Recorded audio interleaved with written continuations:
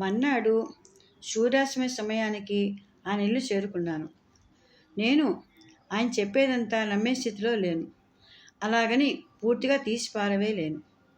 ఆయన చెప్పేది విని దాంట్లో పరీక్ష నిలిచేది ఎంతుందో చూడాలని నా ఆశయం.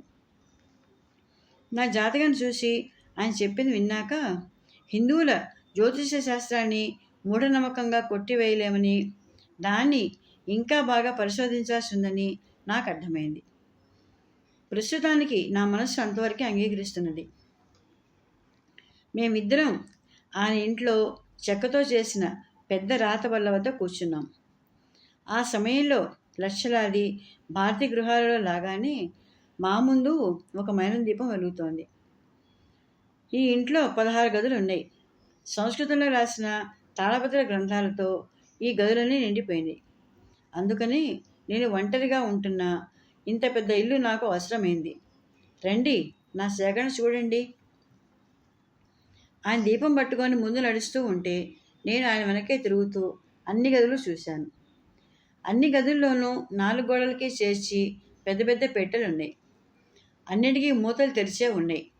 ఒక పెట్టెలో చూశాను, అన్ని గ్రంథాలు కాగితాలే. గదిలో నేలంతా కూడా గ్రంథాలు తాళపత్రాలు కాగితాలతో నిండిపోయింది. ఒక తాళపత్ర గ్రంథం చేతిలో తీసుకొని చూశాను. శిథిలమవుతున్న పత్రాల మీద నాకు అర్థం కాని భాషలో రాసి ఉంది. ప్రతి గదిలోనూ ఇదే దృశ్యం కనిపించింది.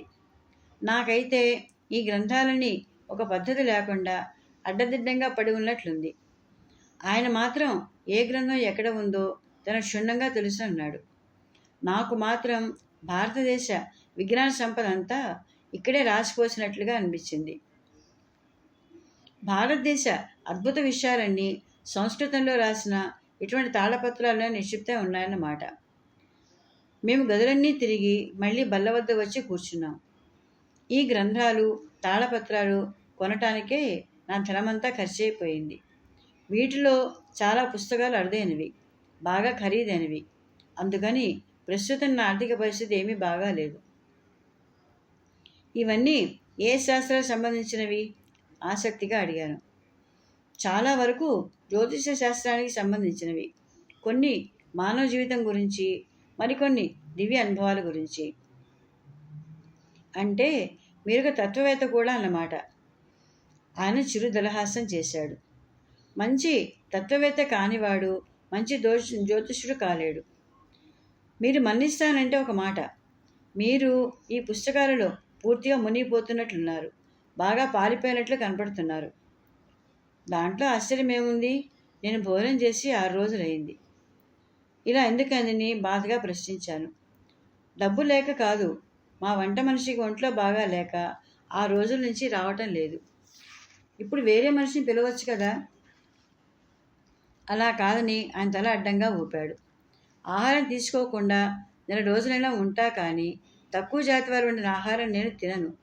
అందుకని మా వంట మనిషి వచ్చే వరకు ఆగుతాను. ఎలాగూ రేపో ఎల్లుండో అతను వచ్చేస్తాడు. ఆయన మెడలోని యజ్ఞోపవీతాన్ని అప్పుడు గమనించాను. 3 పోగులతో ఉండే ఈ యజ్ఞోపవీతం ప్రతి బ్రాహ్మణ శిశువు మెడలో వేస్తారు. దానిని జీవితాంతం అలా ధరించి ఉండాల్సిందే. కురానికి సంబంధించి ఈ 3 నియమాలు పెట్టుకొని ఎందుకు ఇబ్బంది పడతారు? మీ ఆరోగ్యం అంతకంటే ముఖ్యం కదా. ఇది మూఢనమ్మకం కాదు. ప్రతి మనిషిలోనూ ఒక అయస్కాంత ప్రభావం ఉంటుంది. మీ పాశ్చాత్య పరికరాలు ఇంకా దాన్ని గుర్తించే స్థాయికి రాలేదు. వంట చేసే మనిషి తనకు తెలియకుండానే ఈ అయస్కాంత ప్రభావాన్ని తాను వండే ఆహారంలో ప్రవేశపెడతాడు. ఇదే విధంగా అల్ప వ్యక్తిత్వం ఉండే వంటవాళ్ళు చెడు ప్రభావాన్ని తాము వండే ఆహారంలో ప్రవేశపెడతారు. అది ఆహారం తినేవారి శరీరంలో చేరుతుంది. ఈ సిద్ధాంతం చాలా వింతగా ఉంది. వింతగా ఉన్నా ఇది నిజం. మీరు ఎన్నాళ్ళ నుంచి జ్యోతిష్యం చెబుతున్నారు? 19 సంవత్సరాల నుంచి. నా వివాహం అయినాక మొదలుపెట్టాను. నాకు 13 ఏళ్ల వయసున్నప్పుడు జ్ఞాన సంపాదన కోసం తరచుగా భగవంతుని ప్రార్థించేవాడిని. ఆ రోజుల్లోనే చాలామంది గొప్ప వ్యక్తులను కలవటానికి, గొప్ప పుస్తకాలు చదవటానికి అవకాశం వచ్చింది. రాత్రంతా మేల్కొని పుస్తకాలు చదివేవాడిని. ఇంతలో తల్లిదండ్రులు నాకు వివాహం చేశారు. నా తీరు చూసి నా భార్య కోపం వచ్చేది. ఒకరోజు నేనొక మానవ గ్రంథాన్ని పెళ్లి చేసుకున్నాను అని నాతో పోట్లాడింది. వారం రోజుల తర్వాత మా డ్రైవర్తో లేచిపోయింది. ఈ సాంప్రదాయ భారతదేశంలో ఇది ఎంత కలవరం సృష్టించి ఉంటుందో నేను ఊహించగలను. అయినా ఆడదాని మనసులో ఏముంటుందో గ్రహించడం ఏ మగాడికైనా అసాధ్యమే కదా. కొన్నాళ్ళకి నేను తేరుకున్నాను. ఆవిడ్ని మర్చిపోయినాను. అన్ని రకాల ఉద్వేగాలకి అతీతుడు నేనాను. జ్యోతిష శాస్త్ర పఠనంలో పూర్తిగా మునిగిపోయినాను. ఆ సమయంలోనే బ్రహ్మచింత అనే గొప్ప గ్రంథం చదవటం తటస్థించింది. ఆ గ్రంథం దేనికి సంబంధించింది? ఒక్క మాటలో చెప్పాలంటే దైవధ్యానం లేదా బ్రహ్మాన్వేషణ లేదా దైవజ్ఞానం అనవచ్చు. కొన్ని వేల పేజీలున్న బృహత్ గ్రంథంలో నేను చదివింది ఒక అధ్యాయం మాత్రమే. ఆ అధ్యాయం పూర్తిగా సేకరించడానికి నాకు 20 సంవత్సరాలు పట్టింది. అది చిన్న చిన్న భాగాలుగా విడిపోయి పలుచోట్ల విస్తరించి ఉండటం దాని ప్రధాన కారణం. దేశంలోని వివిధ ప్రాంతాలలో ఉన్న నా మిత్రుల ద్వారా కృషి చేసి నేను ఆ అధ్యాయం పూర్తిగా సంపాదించాను. ఆ గ్రంథంలో తత్వశాస్త్రం, జ్యోతిష్యం, యోగశాస్త్రం, మరణాంతర జీవితం వంటి 12 భాగాలున్నాయి. ఆ గ్రంథానికి ఆంగ్లానువాదం ఉందా? ఉన్నట్లు నేను వినలేదు. అసలు అటువంటి గ్రంథం ఉన్నట్లు హిందువులోనే చాలామంది తెలియదు. ఇప్పటిదాకా దాన్ని రహస్యంగా ఉంచి జాగ్రత్తగా కాపాడుకున్నారు. టిబెట్ నుంచి వచ్చిన ఈ గ్రంథం అక్కడి వారికి చాలా పవిత్రమైంది. ఎంపిక చేసిన కొద్దిమంది శిష్యులే మాత్రమే దాన్ని బోధించేవారు. అది ఎప్పుడు రాశారు? ఎన్నో వేల సంవత్సరాల క్రితం భృగు మహర్షి రాశాడు. ఆయన ఎప్పుడు జీవించాడో నాకు తెలియదు. భారతదేశంలో ప్రచారంలో ఉన్న యోగ మార్గం కంటే భిన్నమైన ఒక యోగ మార్గం ఈ గ్రంథంలో ఉంది. అవును, మీకు కూడా యోగ శాస్త్రం అంటే ఆసక్తి ఉంది కదా. మీకెలా తెలుసు? ఆయన ముందు రోజు నా జాతక చక్రం వేసిన కాగితం బయటికి తీసి పెన్సిల్తో ఆ జాతకంలోని గడులలో చూపిస్తూ ఇట్లా అన్నాడు. మీ జాతక చక్రం చూస్తే ఆశ్చర్యం వేస్తుంది. సామాన్య యూరోపియన్లకి ఇది చాలా భిన్నమైన జాతకం. భారతీయుల్లో కూడా అది కొద్ది మందికే ఇటువంటి జాతకం ఉంటుంది. దీని ప్రకారం మీకు యోగశాస్త్రం మీద చాలా అభిరుచి ఉండాలి. ఈ శాస్త్ర విషయంలో గొప్ప జ్ఞాన అనుగ్రహం మీకు లభిస్తుంది. మీరు ఒక్క యోగ శాస్త్రంతోనే ఆగిపోరు. మార్మికవాదానికి సంబంధించిన ఇతర శాఖల్లో కూడా మీరు చక్కని జ్ఞానం సంపాదిస్తారు. ఇలా అంటూ ఆయన సూటిగా నా కళ్ళలోకి చూశాడు. ఆయన ఏదో ముఖ్యమైన విషయం చెప్పబోతున్నాడని నాకు అనిపించింది.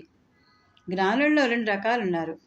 తమ జ్ఞానానంతా ఎవరికీ పంచకుండా తామే అట్టిపెట్టుకునేవారు ఒక రకం. తాము సిద్ధింపజేసిన ఆత్మానందాన్ని ఆసక్తి ఉన్న మిగిలిన వారికి కూడా బోధించేవారు మరో రకం. నీ జాతకం ప్రకారం ప్రస్తుతం నువ్వు ఆత్మానందాన్ని అందుకునే స్థాయికి వచ్చావు. త్వరలోనే నీకు అది సిద్ధిస్తుంది కూడా. నా జ్ఞానాన్ని నీకు బోధించడానికి నేను సిద్ధంగా ఉన్నాను. నేను నివ్వెరపోయినాను.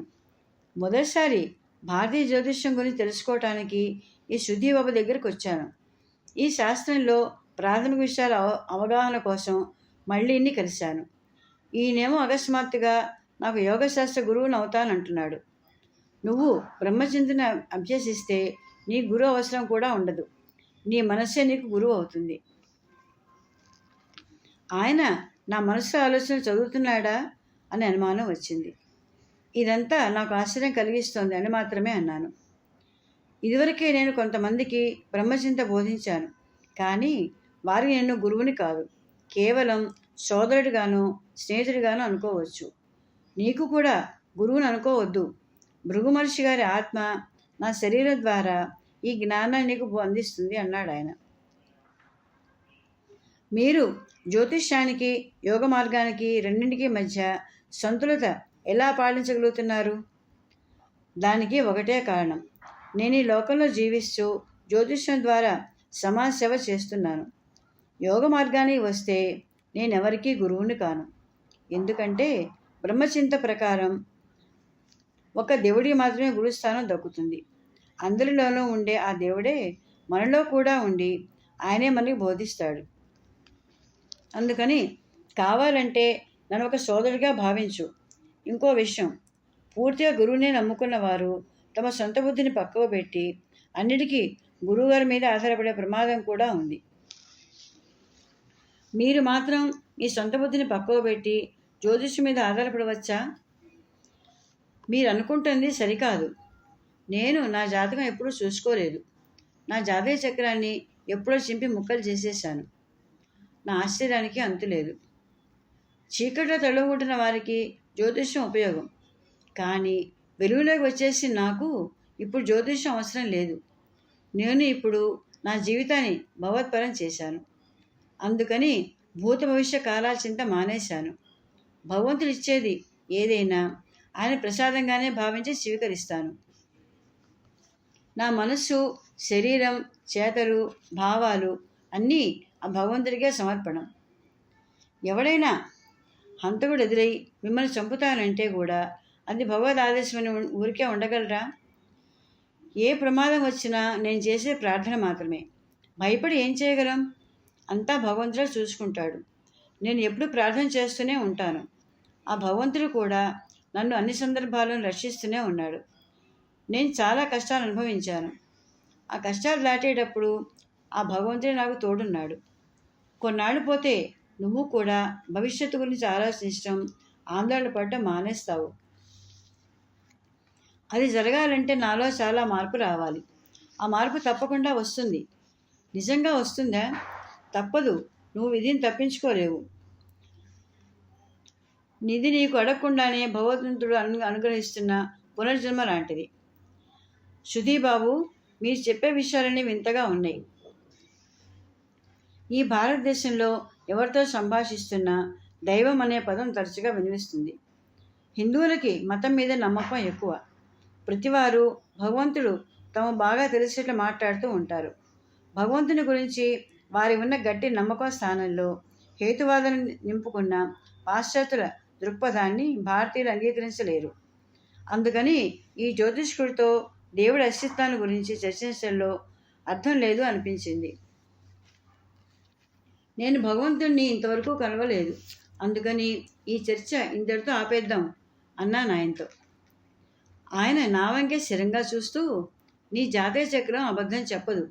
అందుకే నువ్వు సిద్ధంగా లేకపోయినా చెప్తున్నాను. నువ్వు ఈరోజు అర్థం చేసుకోలేని విషయాలు కొన్నాళ్ళు నీ ఆలోచనలను తిరుగుతూ ఉండి ద్విగుణీకృతమైన తీవ్రతతో మళ్ళీ నిన్ను చేరతాయి. మళ్ళీ చెప్తున్నాను, నీకు బ్రహ్మచింతకు మార్గం చూపడానికి నేను సిద్ధంగా ఉన్నాను. నేను కూడా మీ నిర్దేశం స్వీకరించడానికి సిద్ధంగా ఉన్నాను. దృఢంగా సమాధానం ఇచ్చాను.